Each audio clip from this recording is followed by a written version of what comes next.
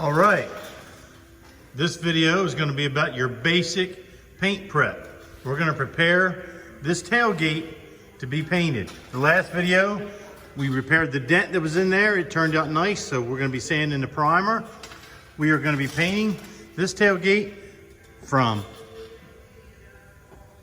this line right here, and we're going to be stopping along in there. So we're just going to be painting this center section of this gate, and that's common practice. A lot of people are under the impression when they take their car in to get something fixed, the whole car gets painted. It rarely do we ever paint a whole car, but we try not to. We paint just the smallest amount as necessary. In this case, that's just the center of that gate.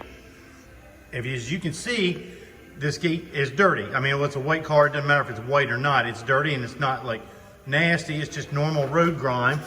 A lot of times you wouldn't pick up on it, but where I took off the RAV4 emblem with the eraser wheel, you can see how white it is underneath there. What's important to note about that is we're going to be doing what's called blending. This whole panel from the end in the center section is going to have clear coat put on it, but the only color, the only actual paint color that we're going to put on is going to be in here, and we're going to blend the color out and then clear the whole panel.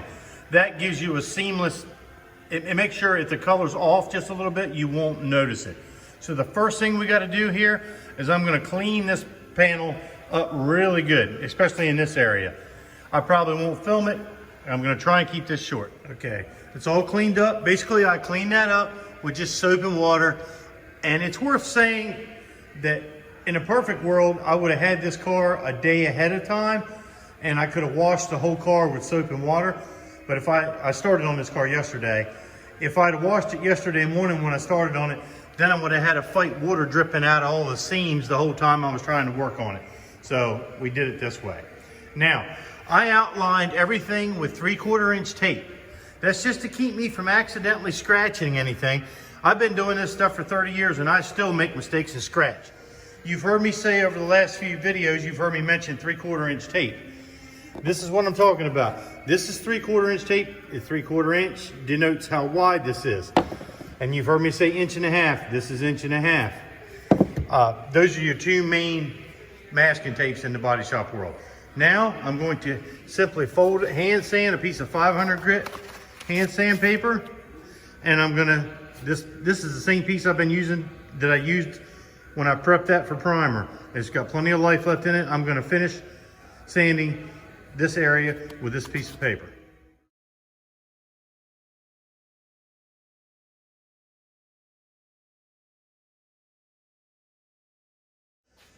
Okay, I put that on time lapse.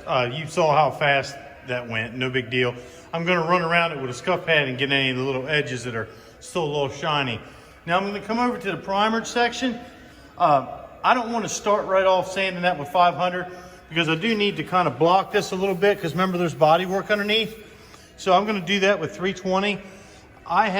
This is just a round block. What it lets me do is use the same paper that goes on a DA. This is Velcro 320. I don't have very much of it left here at school. This is not something we use at school, but this was something that was donated to us. And every time I have a chance to use it up, I want to use it up. So this is a good opportunity to use it. So this is just like this is just a round block instead of a square one. I'm just gonna block this a little bit. See the body line? I want to make sure I don't mess that up. See how it shows up now. And I didn't put a guide coat. If you watched the other video, I sprayed that black guide coat. It's not necessary on this, that the body work, it was in a small area. It just wasn't necessary on this one.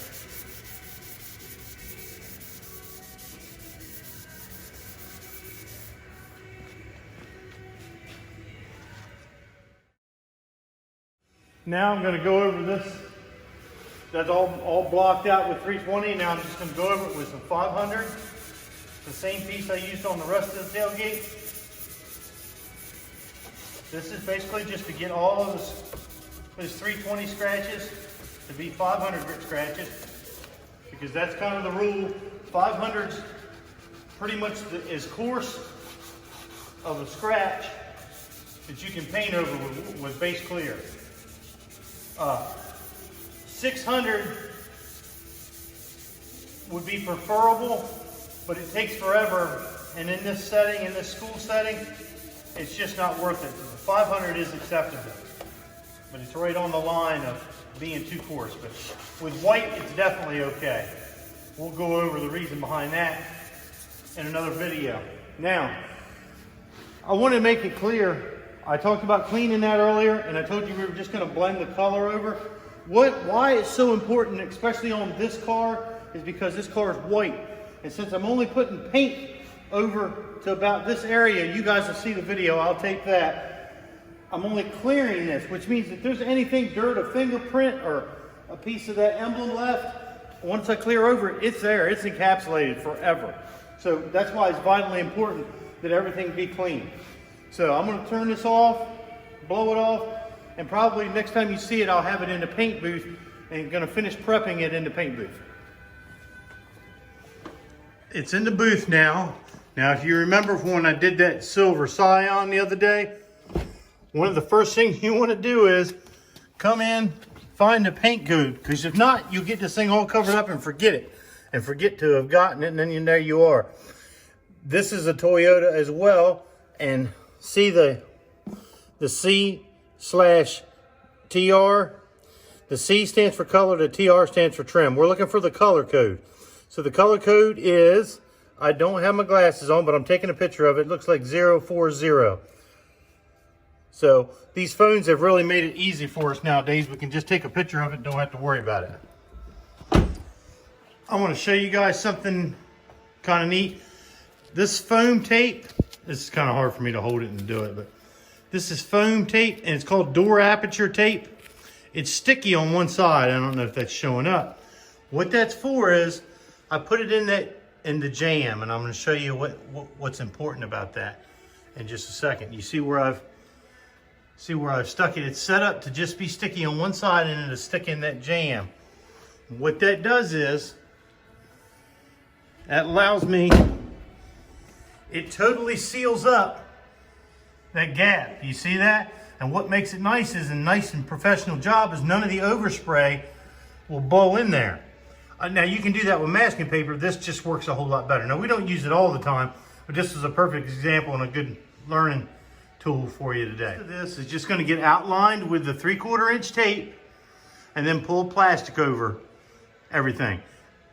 I may put the time lapse on so you can watch me tape it up. It won't take that long.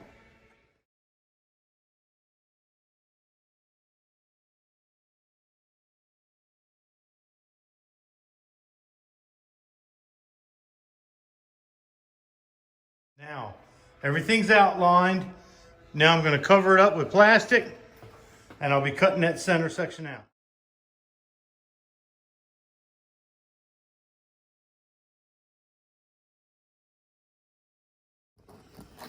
All right, it's covered with plastic. I don't know if you can read that. It says paint this side. That's not a joke either. If you were to flip this around backwards, where you read that it would be backwards, you understand what I'm saying? This plastic is designed for static cling, for one, to stick to the car, but the paint is actually, it's designed to have the paint there's going to get paint on it when we paint that. You understand? You'll see in the next video.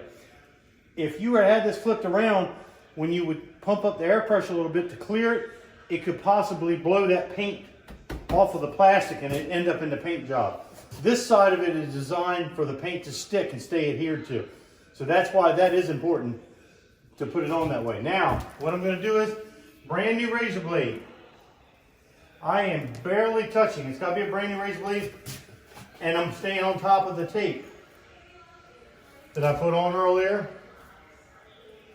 I am just barely touching it. This plastic is super thin. I'm going around.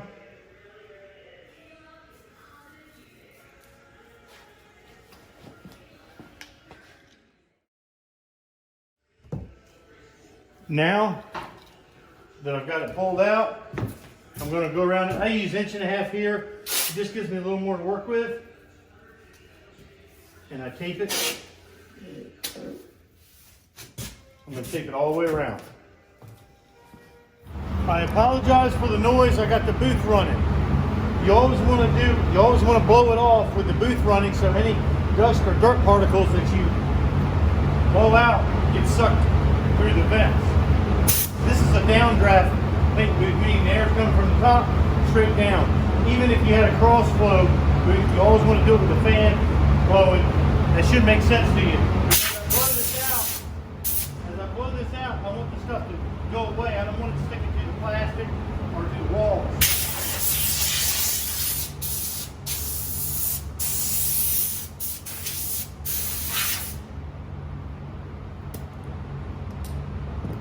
Well, I'm going to try and end this video right here.